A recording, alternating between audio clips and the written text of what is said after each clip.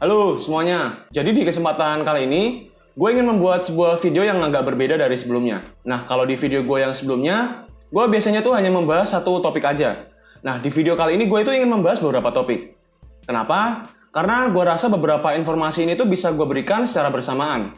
Dan misal kalau gue buat jadi terpisah, kayaknya bakal pendek-pendek banget durasi videonya. Oke, lalu apa aja yang ingin gue bahas di video ini? Nah, kali ini gue pengen banget ngebahas mengenai sebuah GPU refresh terbaru dari Nvidia. Dan ini tuh bakal bikin konsumen awam bakal bingung dengan opsi GPU dari Nvidia ini. Lalu gue juga pengen ngebahas mengenai rumor yang datang dari GPU AMD.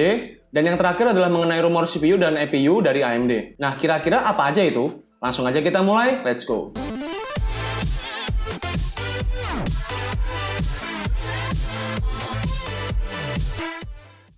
Mulai dari yang pertama, yaitu Nvidia. Nah, tentu kita semua tahu bahwa Nvidia itu sering banget melakukan refresh terhadap GPU yang mereka miliki.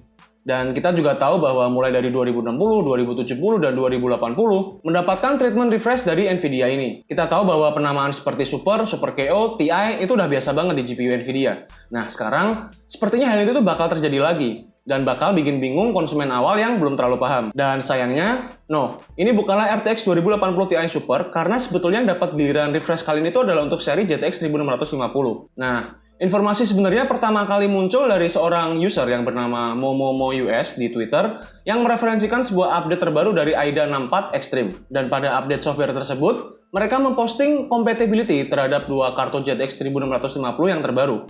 Satu berbasis TU106 dan satu berbasis TU116. Nah, sekedar info aja bahwa untuk kartu 1650 yang original dan yang versi GDDR6 itu dibuat berdasarkan TU117 chip. Nah, sedangkan untuk kartu yang baru ini bakal dibuat berdasarkan TU116 chip yang mana juga digunakan oleh GTX 1650 Super dan semua varian GTX 1660. Dan untuk yang GTX 1650 yang menggunakan 106 chip, kartu tersebut menggunakan chip yang juga digunakan oleh sebagian besar kartu RTX 2060. Nah, gue bilang sebagian besar karena ada juga kartu RTX 2060 tuh yang menggunakan TU104 varian. Tentu lo semua bakal mikir, ini Nvidia kenapa sih?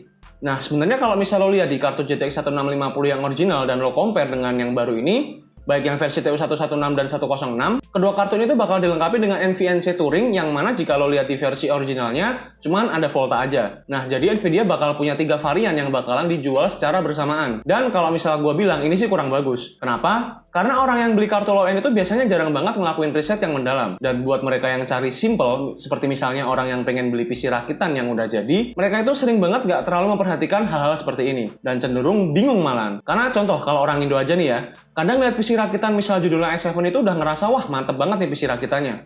Padahal sama si sellernya, dikasih dianggap aja misalkan di generasi 5 atau 6. Nah, sama halnya dengan GPU. Nggak usah beda varian deh. Beda merek aja mereka tuh juga udah suka nggak aware. Dan buat yang awam biasanya malah jadi bingung karena ada opsi-opsi yang bisa dibilang banyak banget. Nah, oke. Balik lagi ke topik awal. Kartu grafis ini tuh bakal cocok buat lo para low budget streamer karena adanya Turing encoder ini yang bisa dibilang lebih superior. Nah, yang bikin penasaran di sini itu adalah untuk TU106 karena chip ini tuh masih memiliki tensor dan ray tracing core pada silikonnya, yang mana cuman dinonaktifkan aja.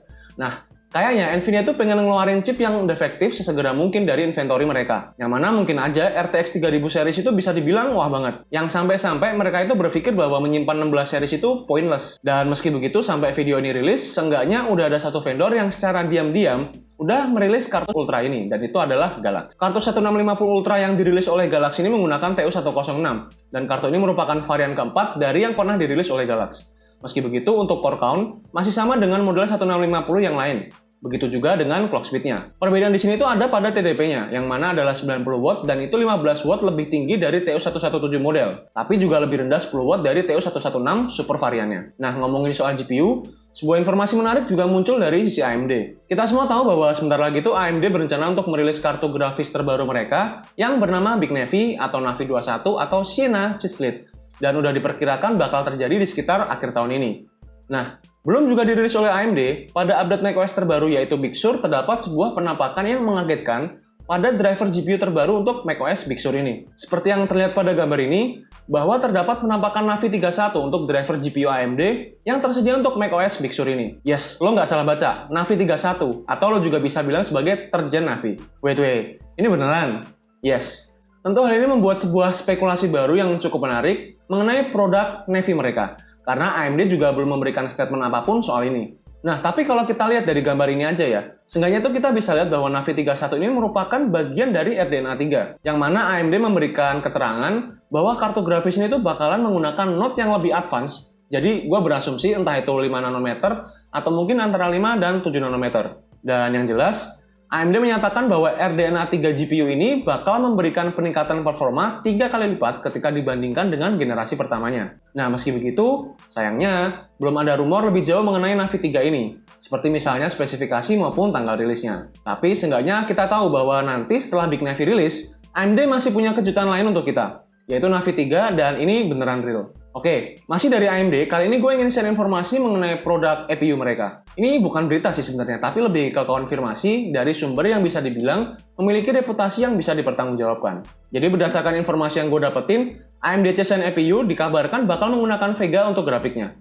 yang mana sepertinya merupakan refresh terakhir dari Vega. Seperti yang kita lihat di EPU Picasso yang kemudian di-refresh kembali untuk Silicon Renoir. AMD juga diperkirakan akan meluncurkan Silicon Van Gogh-nya untuk EPU yang memiliki daya rendah, yang mana kemungkinan akan menjadi penerus dari Delhi EPU yang baru aja rilis pada Athlon 3000U series. Nah, di saat yang bersamaan, EPU dengan daya rendah ini tuh dikabarkan akan membawa Zen 2 cores.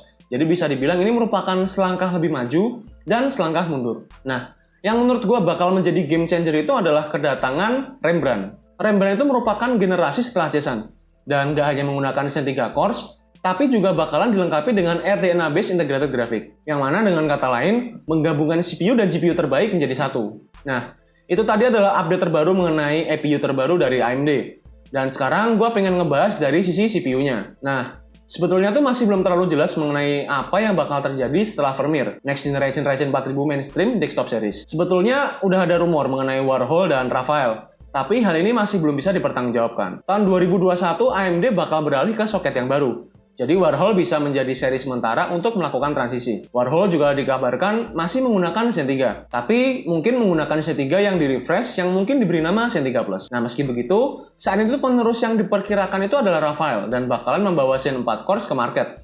Hal ini bakalan menjadi true upgrade buat Ryzen family, karena diperkirakan bakalan menggunakan 5 nanometer core design dan memiliki support terhadap DDR5 memori. Nah, kira-kira itu informasi yang bisa gue bagikan saat ini buat lo semua, dan gue berharap semoga informasi ini itu bermanfaat. Nah, buat lo yang tertarik dengan berita terbaru seputar teknologi, gue menyarankan lo untuk melakukan subscribe dan tekan tombol lonceng, supaya lo bisa dapetin informasi dan update terbaru lagi seputar teknologi dari gue, dan bisa dapat notifikasi secara real time ketika gue ada upload informasi terbaru. Oke, sampai jumpa lagi di video gue yang selanjutnya. Bye-bye.